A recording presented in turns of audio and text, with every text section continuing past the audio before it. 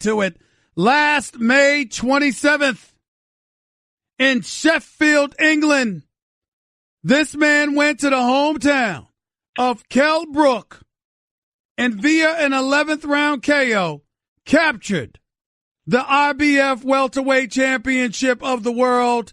He is the IBF welterweight champion of the world. He is getting set to defend his crown this Saturday night at the Barclays Center in New York City, Brooklyn, New York, against Lamont Peterson, the one and only Errol Spence Jr. What's going on, man? How are you? Hey, nothing much, man. Just getting ready.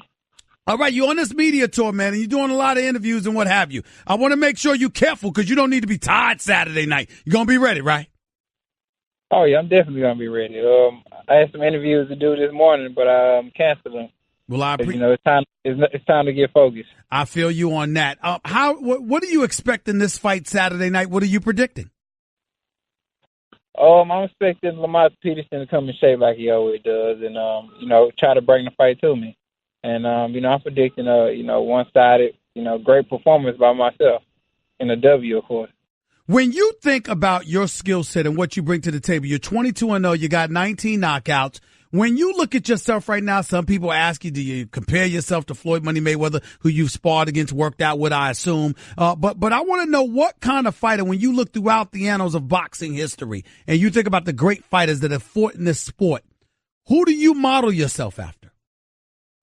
I think I model myself after guys like, Ray Leonard, Terry Norris, Gerald McCullum, Vernon Forrest, just to name a few. I like all of those names, but you said Terry Norris, and even though I like Terry Norris because he used to put people to sleep, I remember what Simon Brown did to him. I mean, you didn't think I forgot about that one, did you? I mean, come on now, he did have a questionable jaw. That is not you. He had a questionable jaw, but he got knocked out by big power punches. He got knocked out by Julian Jackson, and yep. You didn't say what he did the second fight against Simon Brown. That's true, though. He beat Simon Brown by decision, gave him a boxing lesson, took him to school. I remember when he knocked out John the Beast Mugabe. Trust me, I know enough about Terry Norris. Make no mistake about it. But let me get back to you. We're talking to Errol Spence Jr. right here with Stephen A. on ESPN Radio. Because right now, when we see some of the great boxers in the game, the Triple Gs, the Canelo Alvarez's, others, pound for pound wise, where do you put yourself right now? Right now, I think I'm in the top 5. I'm definitely not number 1. There's still a lot. I know that this year that I am, one of the best pound fighters out there right now. Now, everybody's looking at Lamont Peterson as essentially a tune-up. We got Terrence Crawford moving up to the welterweight division after dominating at the junior welterweight spot. We've got guys like Keith Thurman, Danny Garcia, Sean Porter, and others in the welterweight division. Who's on your hit list? Who do you really, really want badly? Everybody's on my hit list. Lamont Peterson, he's not – I don't consider him as a tune-up fighter at all. Lamont Peterson is a top-rated welterweight. He's a guy that, always comes to fight and always in tough, close fights. It's arguably he won that fight against Danny Garcia. If you ask people. So, he's a tough fighter, but I want to unify the belts. Not looking past this fight. I want to get, Keith Thurman in the ring and unify the belt. Do you feel anybody out there is ducking you? There's a lot of fighters out there that I think that's avoiding me.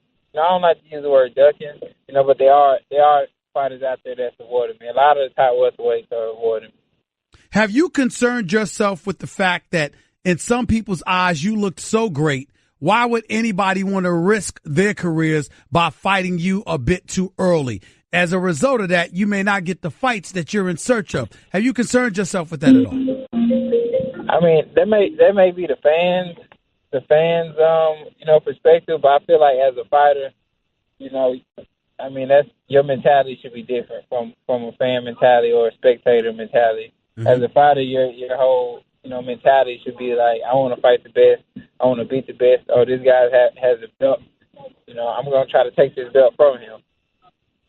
You know, recently when I spoke to Terrence Crawford, and we're talking to Errol Spence Jr., the IBF welterweight champion of the world, looking to unify the belts. He'd love Keith Thurman, which is something that he told me just a few days ago. But somebody else on the come up is one of the greatest in the world himself right now, Terrence Crawford. He was just a junior welterweight. He's moving up those 7 pounds. He's got to handle business against Joe Horn. But then he says he wants you or Keith Thurman. What do you say to that?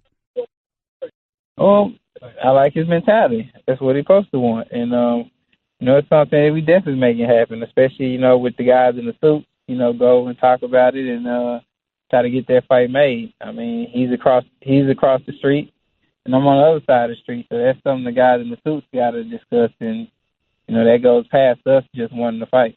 Real quickly, one of the things that I just finished talking to Teddy Atlas about, boxing analyst extraordinaire for ESPN, I just finished talking to him about this. He was talking about, your skill set and what you bring to the table. He said you're a monster. You're a smart monster. You bring a lot to the table and what have you. And he thinks that you could do a lot, but he was expressing surprise at your ability to stay at the welterweight division.